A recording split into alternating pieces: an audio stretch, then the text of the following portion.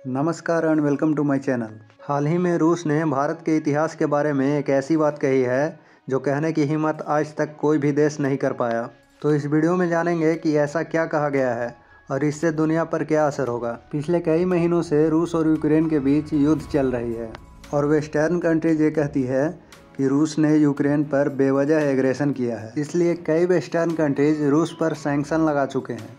कई देशों ने रूस से तेल लेना बंद कर दिया और कई देश यूक्रेन को हथियार भेजकर उसका सपोर्ट कर रहे हैं। लेकिन इंडिया एक ऐसा कंट्री है जिसने ना तो रूस की खुलकर आलोचना की है और ना ही हमने रूस पर कोई सैंक्शन लगाया है। जनरली हम इंडियंस किसी भी एग्रेशन के खिलाफ होते हैं।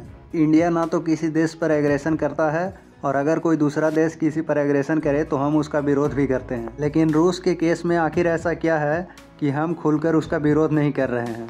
ऐसा करने के पीछे सरकार के अपने कारण हो सकते हैं, लेकिन अगर आप देखें तो ज़्यादातर इंडिया के जो आम नागरिक हैं उनके दिल में भी रूस के लिए कोई विरोध नहीं है। इसके कई कारण हैं। कुछ लोग ये मानते हैं कि हम 1971 का वो युद्ध नहीं भूले हैं जिसमें रूस ने हमारी मदद की थी। कुछ लोग ये कहते हैं कि यूक्रेन नाटो में शामिल होना चाहता था, इसलिए रूस ने नाटो से बचने के लिए यूक्रेन पर हमला किया। कुछ लोग रूस का इसलिए सपोर्ट करते हैं क्योंकि रूस ने यूएन में अपने वीटो पावर से हमारी कई बार मदद की है और अब रूस ने भारतीय नागरिकों को रूस के समर्थन करने का एक और बड़ा वजह दे दिया है। हाल ही में रूस ने यूके की काफ़ी आलोचना की और उसने कहा कि जो भी तुम आज इतने अमीर हो वो इंडियंस को लूट कर हुए हो, और ये भी कहा कि कॉलोनियल रूल के दौरान यूके ने इंडिया को काफ़ी एक्सप्लॉइट किया और यहाँ से काफ़ी कुछ लूट कर ले गए। आपने कई बार यूके मीडिया को या यूके के सिटीजन को ये कहते हुए सुना होगा कि हो सकता है कि हम इंडिया से काफ़ी कुछ लूट कर लाए थे, लेकिन हम इंडियंस को काफ़ी कुछ सिखाकर भी आए। हमने उन्हें जीने का तरीका सिखाया क्योंकि वो जानवरों की तरह रहते थे, और हमने उन्हें पढ़ना लिखना सिखाया और सिविलाइज किया। इंडिया के ही काफ़ी लोग जो वेस्टर्न कल्चर के मानसिक गुलाम हैं और अपने महान कल्चर को नहीं देख पाते, वो इस बात को सच भी मान लेंगे। लेकिन पहली बार किसी कंट्री ने ये कहने की हिम्मत की है कि कॉलोनियल रूल के दौरान यूके ने करीब 10 करोड़ इंडियंस को मार डाला था। और रूस ने यह भी कहा कि ये जो भी बातें हमने कही है ये हमने अपने मन से नहीं कही। एक रिपोर्ट आई थी जिसमें बताया गया था कि यूके ने 1880 से लेकर 1920 के बीच 40 सालों में 100 मिलियन यानी 10 करोड़ इंडियंस को मारा था। आपको बता दें कि ये आंकड़े कॉलोनियल पीरियड के सिर्फ 40 साल के हैं और बाकी की घटनाएं सम्मिलित नहीं है। आगे रूस ने यूके के पूर्व प्रधानमंत्री विंस्टन चर्चिल का जिक्र करते हुए कहा कि चर्चिल तो इंडियंस से नफरत करते थे, जो कि सच भी है, क्योंकि विंस्टन चर्चिल ने ऑन रिकॉर्ड कहा था, I hate Indians, they are beastly people with a beastly religion.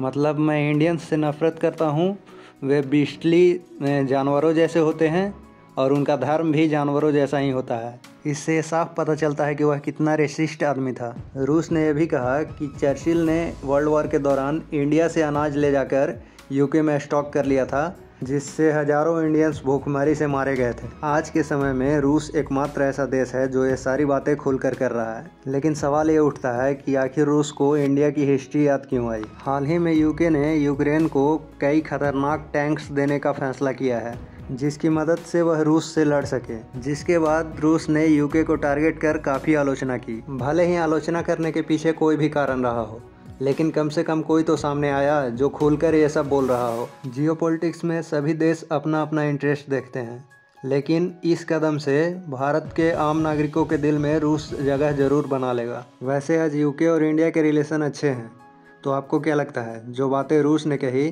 क्या हमें भी वो इंटरनेशनल लेवल पर उठानी चाहिए? कमेंट सेक्शन में अपनी राय लिखें और ऐसे ही वीडियोज़ के लिए चैनल को सब्सक्राइब कर लें।